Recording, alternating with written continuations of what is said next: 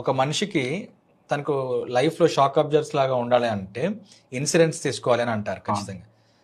ఒక middle class ఫ్యామిలీకి ఎంత, ఒక 4 member family, middle class family, ఎంత insurance coverage, health insurance coverage నేను మాట్లాడుతుంది ఉంటే బెటర్ అని చెప్తారు మీరు? సార్, హెల్త్ ఇన్సూరెన్స్ కి ఎప్పుడు ఒక లిమిట్ అనేది ఉండదు. సహజంగా జరిగేటువంటి మిస్టేక్స్ ఏంటి అంటే అందరూ చేసేది హెల్త్ ఇన్సూరెన్స్ లో, నాకు కార్పొరేట్ ఇన్సూరెన్స్ ఉంది కదా, ఒక 5 లక్షలు చాలే అని అనుకుంటారు. ఒక చిన్న సిచ్యువేషన్ చెప్తా. One of the corporate person వాళ్ళ ఫాదర్ కి ఏదో డయాలసిస్ ఇష్యూ పడి ఆయన కొంచెం సీరియస్ అయ్యి కార్పొరేట్ హాస్పిటల్లో జాయిన్ అయ్యారు. ఆయనకు ఉన్నటువంటి ఫ్యామిలీ మొత్తానికి ఉన్న ఇన్సూరెన్స్ కార్పొరేట్ కంపెనీ ఇచ్చేది 5 లక్షల రూపాయలు.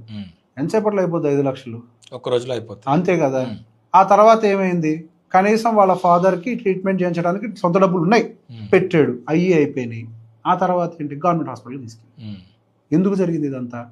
ఇన్సూరెన్స్, సరైన ఇన్సూరెన్స్ తీసుకో, అమౌంట్ గట్టిగా ఉండాలి. ఈ రోజు ఒక మేజర్ ఇన్సిడెంట్ అయితే